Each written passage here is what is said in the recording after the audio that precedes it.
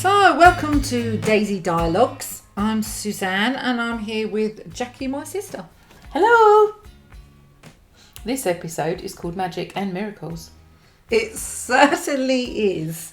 And we're going to cover unique timing of things, talking about the unexpected and all those magical stories. So magic and miracles. I can see my sister's looking at me with a really strange face. What the hell's this all about after somebody dies? See, my personal view is that there is a lot of magic and a lot of miracles that occur around these really special times and unique parts of what it is to be human and have a human experience. And starting at the beginning, which is what we're doing, which was Dad, I remember those little unique timing things. So I was following quite a big spiritual practice at the time. And I remember sitting in the car park at 6 o'clock in the morning because we just arrived at the hospital and Dad was due to pass away. And I phoned this guy in Bali who never answers, time zone's completely different. And he was there and he guided me and spoke to me. And then we went and met with Dad.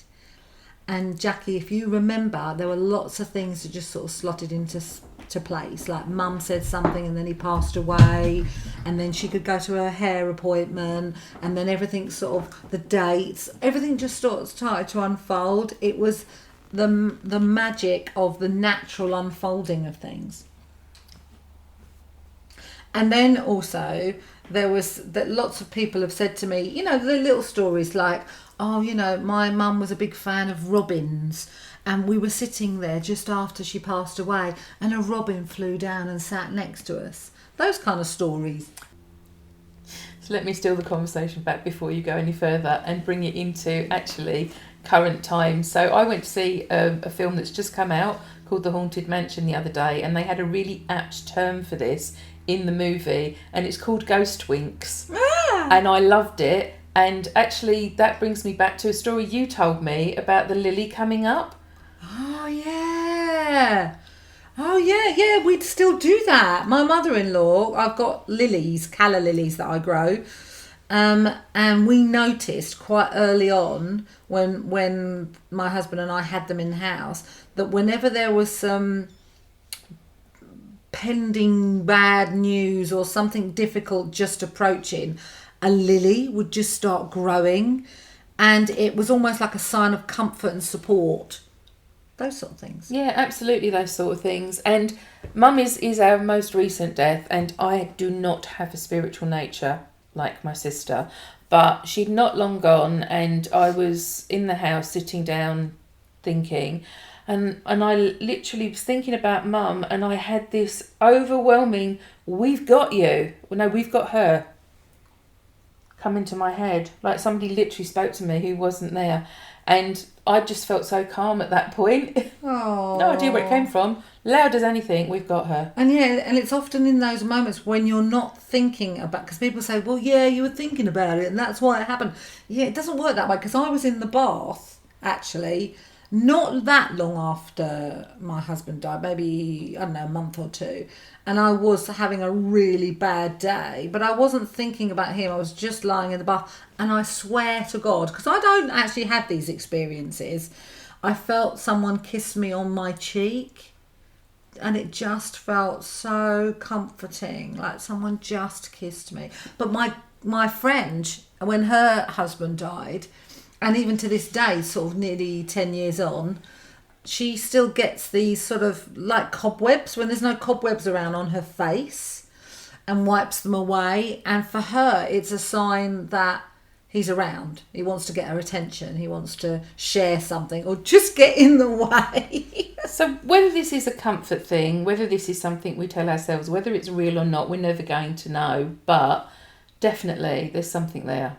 Yeah, it's magic. It's like supportive magic. And I'm sure loads of people out there, if I know loads of people, have got stories, timing stories, stories where they hear a piece of music, because again, going back to my friend, because her husband died while they were on holiday. I mean, how tragic is that? She was on holiday, and the night before they actually announced that he had died, she saw this light on the hotel wall of her bedroom, bearing in mind she couldn't see where the light was actually coming from. And then she heard the music in her ears, Stairway to Heaven. Oh. How weird is that? I don't know about weird or scary or whether it's myth or magic or anything, but I think it was that same friend that lost her wedding ring. What's that story? And she found it in a drawer, but somebody said to her it's with a blue piece of material or something, and something dawned in her head and she thought it had gone down the sinkhole, and she literally went up to this drawer and pulled it out, and there was the ring. Yeah. So it's all it's akin. magic. It's all akin with that kind of magic, and I also have I'm sure I can go on to these stories for ages when I start thinking about them. But I remember when my husband died, when Glyn died, I felt so numb, so traumatized by the experience. Even though, as a therapist, I kind of knew what was going to happen, I couldn't control what was happening to my body, as it just protected itself. But inside, I just felt this little nugget of stillness, and it was so special. And it was the only place I could be at the time, because I couldn't function. I was just numb. And every time I stayed there, life just unfolded. So another miracle I've just remembered was walking into the pub the day after he died, just to see a couple of people. And I sat there thinking, oh my goodness, I've got this huge funeral to organise. I don't know where to start because I can't function. And within 2 to 3 hours, 90% of it had been done, because people that I needed just walked in and went, I'll do that. I'll do that job. I'll do that for you. It was amazing. So the view of you in the pub the day after your husband died is the one that I'm not quite computing. But obviously everything happens for a reason, and obviously that was it. You had to get the funeral organised, and that's where it all started from. But there is you have to take the magic things that are in death, because grief is all-consuming, all overwhelming, and touches everybody differently. But you have to take the miracles and the magic and wrap it all up in a little bundle and take comfort in that. And we want to hear your stories. We want to do more of these podcasts. We want to know how other people have been affected by the miracles and the magic. Yeah, because as you say that, for me, those little nuggets, those little miracles, those little acts of perfect timing, they're like the little candles that help you down that really dark, uncomfortable road and light that path for you. So I can't emphasise enough that what we really want to do is more of these podcasts and share your magic and your miracles. So get in contact with us, email us.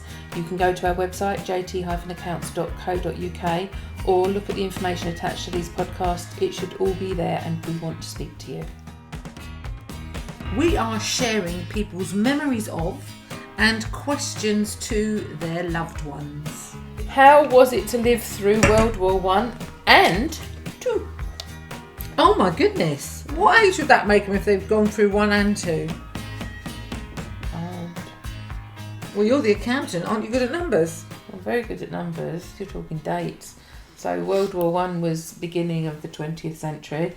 World War II was the middle of the 20th century. So old. Oh.